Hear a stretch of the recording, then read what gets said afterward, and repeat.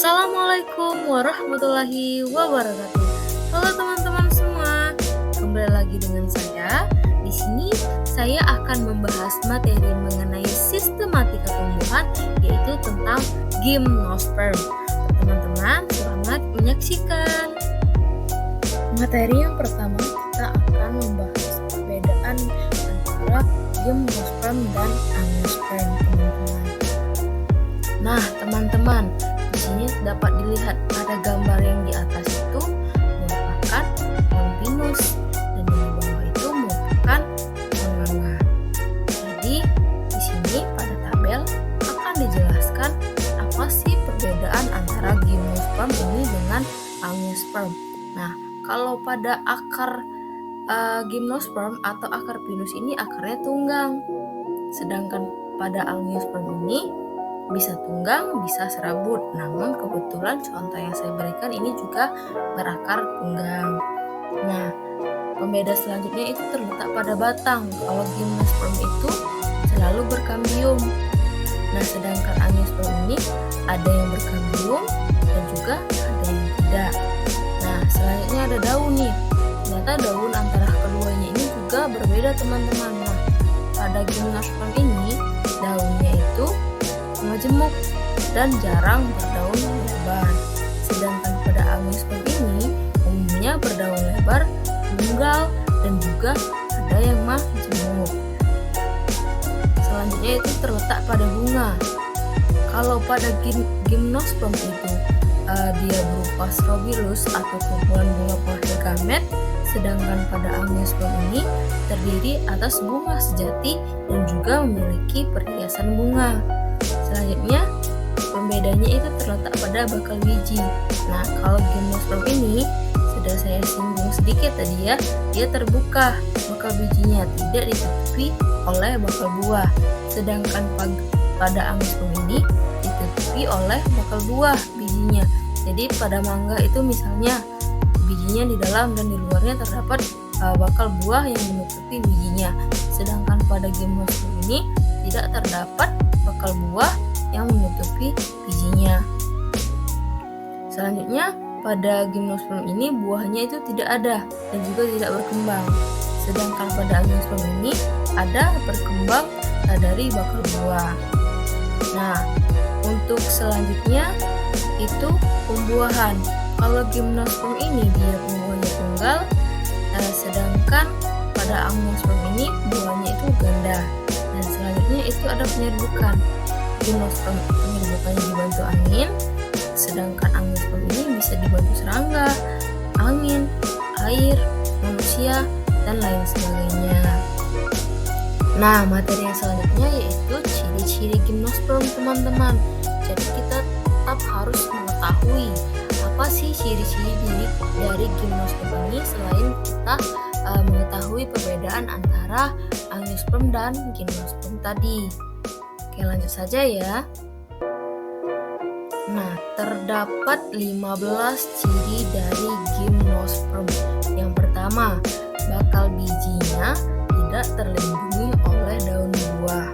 Nah, daun buah ini juga bisa disebut bakal buah, teman-teman. Nah, selanjutnya pada umumnya berbentuk habitusnya tuh perdu atau pohon, tidak ada yang berupa herba. Selanjutnya mempunyai akar, batang, dan daun sejati. Akarnya tunggang, daun sempit, tebal, dan kaku. Contohnya pada pinus. Nah, selanjutnya tulang daun tidak beraneka ragam. Yang ketujuh, tidak memiliki bunga sejati. Yang kedelapan, alat kelamin terpisah. Jadi, alat kelamin antara jantan dan betina pada gimnosperm ini tidak menyatu seperti halnya pada bunga angiosperm. Selanjutnya itu struktur perkembangbiakan yang khas adalah biji yang dihasilkan bunga. Selanjutnya, tumbuhan biji mempunyai jaringan pembuluh yang rumit.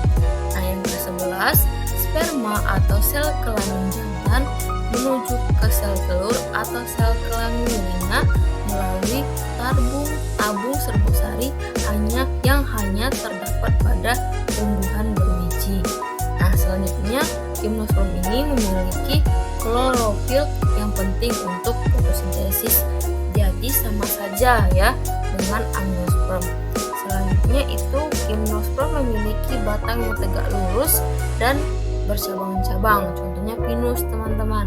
Selanjutnya itu pada kayu gimnosperm umumnya dijumpai trakeid, kecuali pada ordo Kenetales tidak ada trakeid tetapi ada pembuluh. Dan yang terakhir yaitu reproduksi gimnosperm terdapat dalam Strobilus yang umumnya terbentuk seperti kerucut.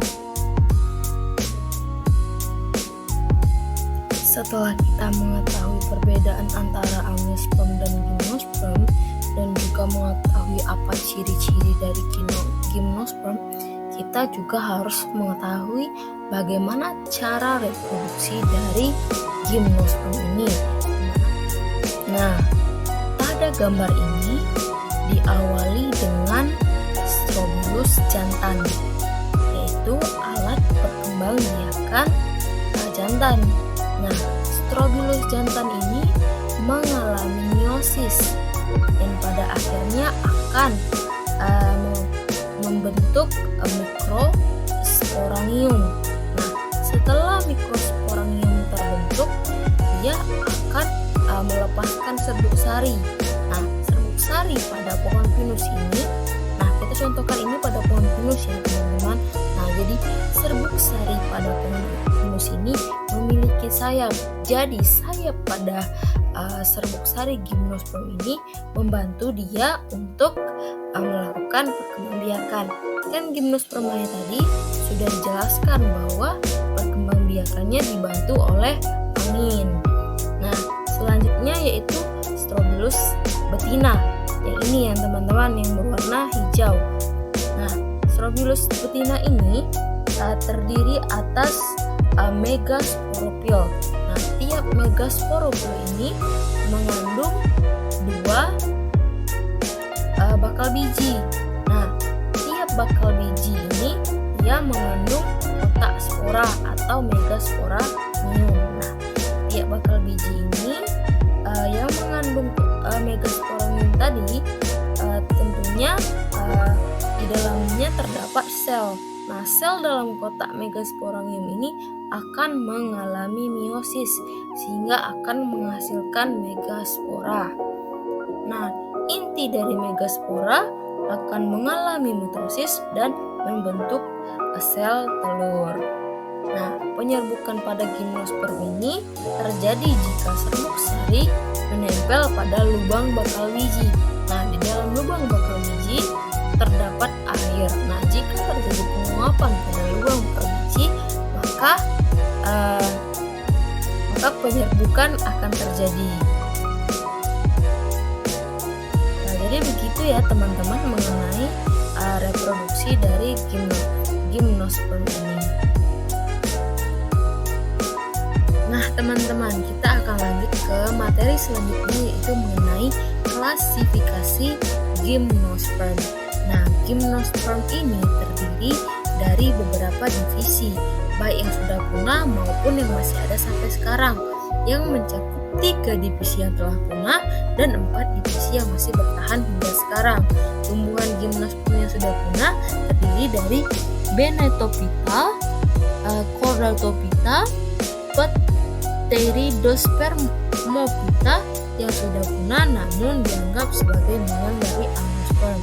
Dan 4 divisi yang masih bertahan yaitu ada Ginkgophyta, ada Cichadophyta, ada Coniferophyta atau disebut Pinophyta, dan yang terakhir yaitu Kenetophyta. Nah, yang pertama ini dari divisi Ginkgophyta. Contohnya ini ada Ginkgo biloba. Ginkgo biloba ini merupakan salah satu tumbuhan gimnosperm yang memiliki banyak manfaat, khususnya memiliki kandungan khusus untuk meningkatkan daya ingat atau kecerdasan pada anak-anak. Selanjutnya teman-teman ada divisi Psychadophyta. Nah, Psychadophyta ini terdiri atas dua family, yaitu Cicadaceae dan Zamiaceae. Yang pertama itu ada Cycas rumpi atau kapis haji, yang kedua itu Zamia furfuraceae. Selanjutnya ada Coniferatophyta. Nah, pada Coniferatophyta ini terdapat 4 family. Yang pertama itu Pinaceae, yang kedua itu ada Podocarpaceae, yang ketiga ada Cupressaceae, dan yang terakhir ada Araucariaceae. Nah, ini divisi terakhir dari divisi Gymnospermae yang masih ada sampai sekarang, yaitu Genetophyta. Contohnya yaitu melinjo atau Genetum gnemon. Melinjo ini merupakan tanaman Gymnospermae yang sering kita jumpai di lingkungan sekitar kita. Teman-teman tentunya pernah makan keripik atau opak atau emping dari biji melinjo ini. Jadi melinjo ini banyak manfaatnya, dari mulai bahan pangan dan juga bisa dibuat sayur ataupun lauk dan jenis masakan lainnya. Nah, ini materi terakhir ya teman-teman, yaitu habitat dan manfaat Gymnospermae.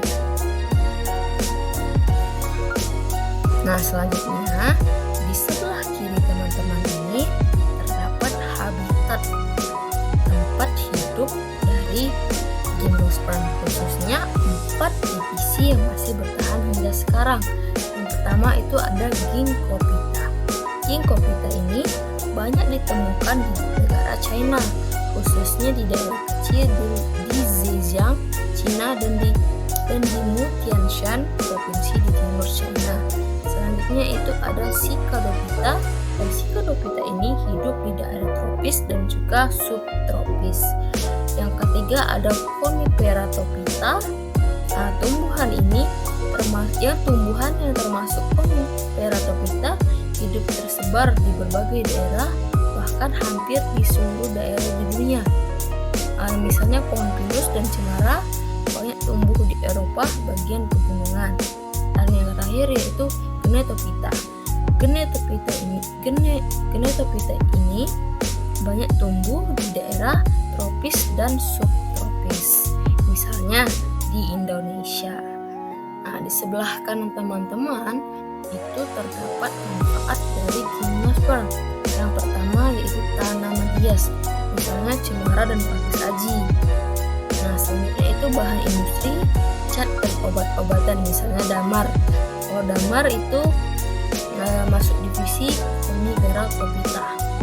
Nah, penghasil minyak cat terpenting misalnya itu dihasilkan oleh pinus atau susam. Yang ketiga yaitu bahan pembuat kertas dan korek api, misalnya dari kayu pinus dan